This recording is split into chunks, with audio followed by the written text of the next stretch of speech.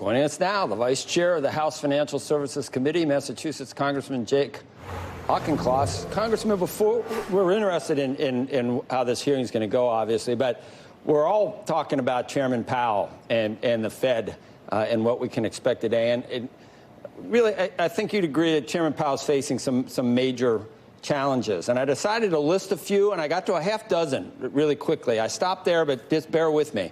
Inflation at a 40-year high, gas prices 60% higher than a year ago, although they've come down a little. 2 consecutive quarters of negative GDP growth, with a third possible. Stocks, as we report every day, brutal bear market.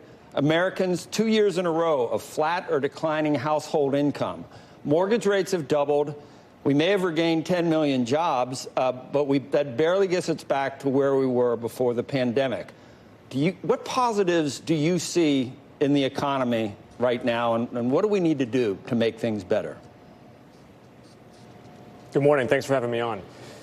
The U.S. economy has grown faster than China's in the last year for the first time in my lifetime.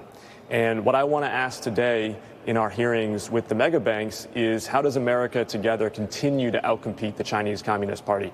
Because Xi Jinping has made a series of grave mistakes over the last several years. His zero COVID policy is a catastrophe.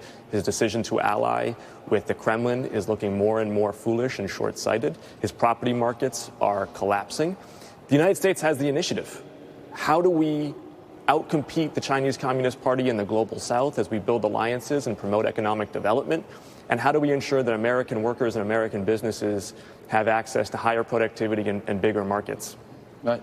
It's certainly something that we would like to do. Obviously, it's a global economy. But if we just did focus on some of the issues I brought up facing us domestically, just, what do you think Chairman Powell should do? What should Congress do? There are serious issues that we need to address. And I'm wondering if you have any great ideas to help. I'll take that in 3 parts because it's a big question. First of all, the Fed is independent and has its own mandate, mostly on the demand side of the economy. I'm not going to prescribe what Fed Chairman Powell should do. That's not inappropriate for a member of Congress. But it's clear that he needs to retain and enhance his credibility with capital markets and with Wall Street, because his credibility as an inflation fighter is critical for maintaining low expected inflation in the long term. And I expect and I know that he understands that and will continue to operate that way. But what we really need to do to get prices under control is to expand the productive capacity of our economy. That means increasing labor force participation rates, that means building more housing, and that means reducing tariffs, all 3 of which I have been promoting as a member of Congress, and that we need to continue to make progress on under the Biden administration. Congressman, are you of the notion that the Fed needs to really maybe put off worries about employment and the economy to get inflation under control? Everybody wants to increase production, like you just said, but we're raising rates. That's not the way that you make it, fertile ground for small business and everything else. It seems like we're almost doing things that hamper our ability. It's a very difficult, fine line to walk for the Federal Reserve.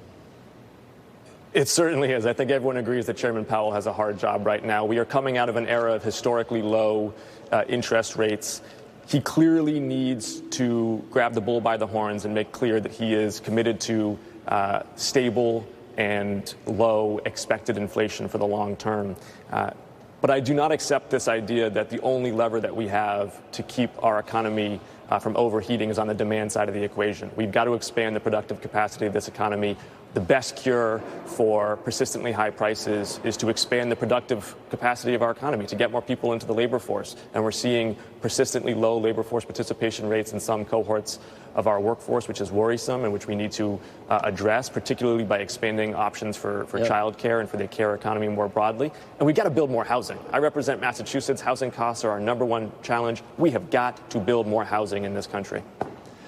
Interesting backdrop to have all the bank CEOs there, Congressman. I'm wondering, will it be less confrontational? I mean, are we all in this together? Don't we need them to try to help in all these things that we're dealing with right now? What do you think that they're doing right? What do you think they're doing wrong in terms of helping the country in this very difficult period?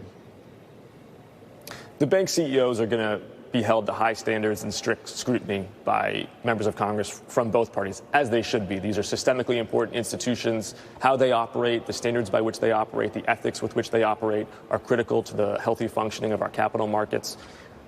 They have been a source of stability during the pandemic, and deep and liquid capital markets are a source of strength for the United States globally as we look to continue to outcompete the Chinese Communist Party in the world economy.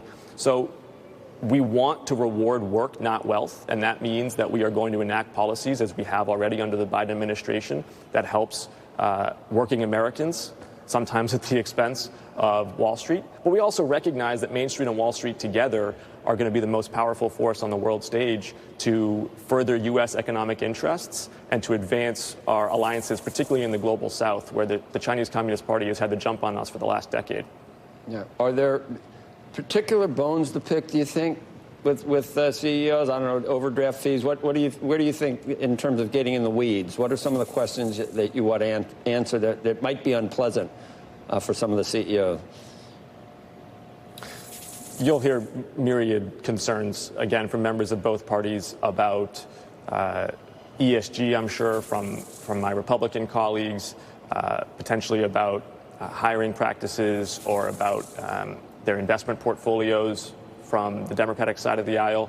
I'll let my colleagues ask their questions, won't speak for them. Again, what I'm going to be pushing on, though, is what do we need to do to seize the initiative vis-a-vis China that we've had really for the first time in 30 years, that we are now in a relatively stronger position in the world economy. We are the ones now who have the initiative behind us because of a series of mistakes that Xi Jinping has made and because we've weathered the COVID storm relatively better than most countries in the world.